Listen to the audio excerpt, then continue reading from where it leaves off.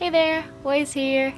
First of all, sorry for the external noise that might show up in this audio recording. It is currently 5:23 p.m. and everyone seems to be pretty awake at this time. So, anyways, I thought I'd make a video of me filling out a sketchbook page with mindless sketching and painting, and also seeing it as an opportunity to experiment with different things in my drawings. I'll also be doing a simple review of a couple brushes that a brand called CRAFTAMO sent me, so if you want to see that, keep on watching. Oh, and in this video, I did record my sketching process. After so many times forgetting to and saying I'd do it in the next video, here it is. I've been trying to get back to traditional media and traditional sketching after spending so much time practicing digital art. I literally felt like I had forgotten how to draw with a pencil and how to paint with a brush. So yeah, it was rough. And the brushes I'll be using today to paint these sketches that I'm drawing right now are the ones that CRAFTAMO sent me to review. They are the bamboo brushes and they come in a set of 10 different sizes, though I'll only be using like 2 sizes because I'm not really one to switch brush sizes very much. I used them before and already made a review on my Instagram, so if you saw that, you know I really like them. What made me most surprised was the fact that they hold such a fine point, even though they're synthetic bristles. I could get to detailing and making large strokes all in one brush by using all sides of it, and I like that. How do you say it? The versatility of it, that's the word. Even after washing and traveling with them, they held their shape. That's very good. The bristles are also very soft, though I do wish they were more flexible. But I have yet to try a synthetic brush that holds a fine point and is flexible. The only ones that can do that I know of are animal hair brushes like sable hair. The synthetic ones I tried are either one or the other, like either hold their shape or have flexible bristles. So in the world of vegan brushes, I believe these are a great option if you value a brush that holds its shape. They hold a good amount of water, but because they're quite dense, hence the lack of flexibility and such great shape retention, I did have to go back for more water quite a bit. This can either be good or bad depending on what you're painting and what kind of painter you are. For beginners, I think these brushes are best since you have a better control of water flow and how much water you have in there, because it can't really hold that much in it anyways. Brushes that hold a lot of water can be hard to manage and easy to make mistakes with since they suck water rather than just retain it. I liked making sharp shapes with them because they allow more precision, so that's good. CRAFTAMO also claims to be a sustainable brand, and this bamboo line specifically is very eco-friendly with recycled breast rolls, bamboo handles, and cruelty-free bristles. And they are also a vegan brand. The rolls are a really pretty rose gold color, which I personally really like. It makes them look really nice with the light wood color. I do have one feedback for them though, not about the brushes themselves, those are great, but for their branding. Like, for an eco-friendly brand, I think it's important to be cohesive with your motto, meaning I was expecting the packaging to have less plastic and more stuff like compostable mailers and recycled paper. I might be nitpicking, but I do believe they can do better than that since it's something even small business owners have been doing. That said, I haven't really seen art supply brands care for that at all, so seeing some change is already really good. So in the end, I did really like these brushes. They feel high quality and it's nice to have such great materials be sustainable and cruelty-free. So I do recommend them. I also have a 20% off discount code for those of you who want to try them out. It will be in the description, but it's just ways for 20% off. As for the chit-chatty part of this video, I want to talk about failure and how stress affects your decision-making abilities.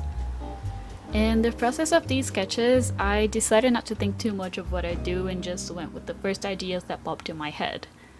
If I felt like lining with a tiny brush, I did. If I felt like using a pencil to shade things, I did. Stuff like that. Usually when doing traditional work, you think so hard on what materials you're going to use and what specific finish you want for that drawing, because it doesn't really allow many mistakes, that a session of mindless creating feels liberating, so I decided to do that. But to avoid going through the same stressful experience that I went through, I'd recommend doing it when your schedule comfortably allows you to. Mine didn't, and I had way too many things in my head that impacted my decisions during the process of creating these. At one point, it felt like all I was doing was fixing my mistakes and not creating anymore. That snowballed real bad, and I felt like a failure, that I couldn't draw at all because I had failed so bad. But what I couldn't recognize at that moment was just how many things were subconsciously stressing me out. For example, I only had 2 days to film this because I promised CRAFTAMO I'd get this video done by January, and I'll be traveling the rest of the month. But I also could only film during daytime because the light above my desk stopped working all of a sudden. But also, I had to film quickly because my spare camera battery stopped working as well, so I had to stop what I was doing to charge the battery to continue filming, right? Which made filming during the day even harder. Anyways, all of these and a couple more small things made me rush the process and put pressure on myself to finish it quickly.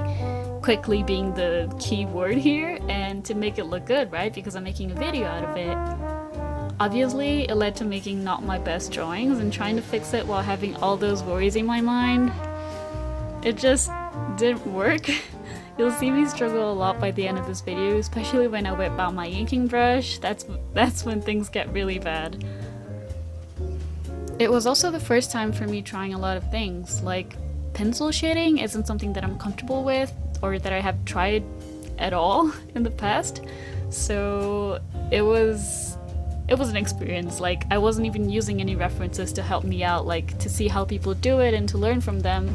I just took all these ideas out of my head and went with it, you know? And usually trying something that I'm not good at or that I have no experience with without reference doesn't really stress me out that much because it's something that I do normally, but the whole scenario of it being a video that I'm filming, me not having time to make another video so it has to be perfect, it made me really stressed out, even though it's something that doesn't really stress me out, like trying something new.